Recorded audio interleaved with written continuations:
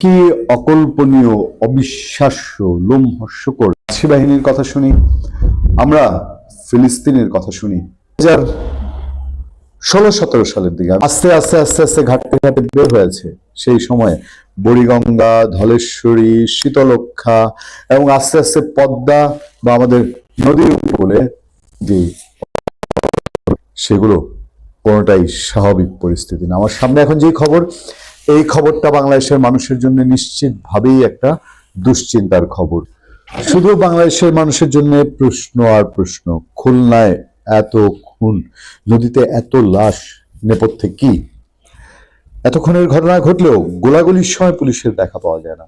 গুলির শব্দ শুনে মানুষ, পুলিশ তখন যায় না। তারা কাছে থাকলে বরং সরে যায়, পরে লাশ উদ্ধার করতে আসে। বলেন ক্ষুব্ধ এক নগরবাসী। আপনারা কিগুলো কিসের আলামত?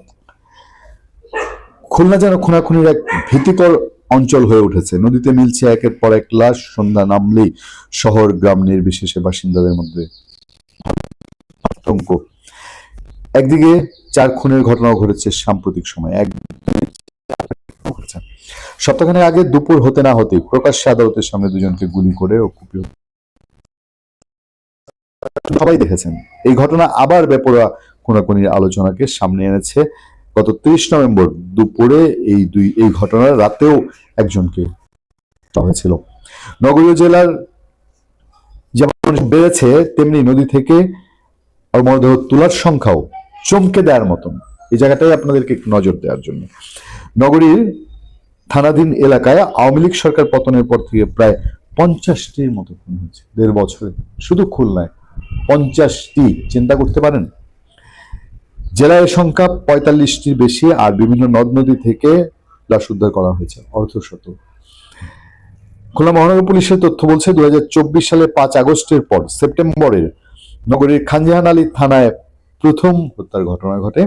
এরপর থেকে 16 নভেম্বর পর্যন্ত প্রায় 14 মাসে নগরীর 8টি থানায় 45টি ঘটনা ঘটেছে। এর মধ্যে নভেম্বর পর্যন্ত চলতি বছরই 29টি, মানে এই বছরে হয়েছে 29টি।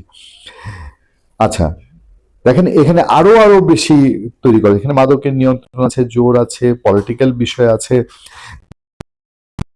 প্রতিদ্বন্দ্বিতা আছে, সবকিছু মিলিয়ে এই খুলনা থেকে এই সরকার আর পরিত্রাণ। খুলনায় খুনের নদী। ভালো থাকবেন, সুস্থ থাকবেন, আপনাদের সাথে